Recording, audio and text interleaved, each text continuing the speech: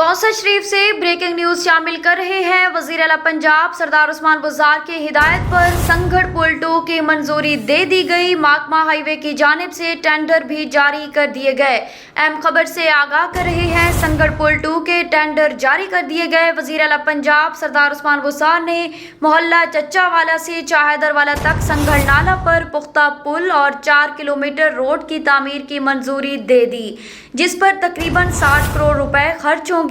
महकमा highway Taunsa division ने संगड़ पुल 2 के लिए टेंडर भी जारी कर दिए। इंडस हाईवे से शाह सलमान स्टेडियम तक पुख्ता रोड भी तामीर किया जाएगा। महकमा हाईवे के हुकाम के मुताबिक पुल की तामीर का काम 1 साल के अंदर मुकम्मल किया जाएगा। पुल की तामीर से इंडस हाईवे पर ट्रैफिक का दबाव कम हो जाएगा।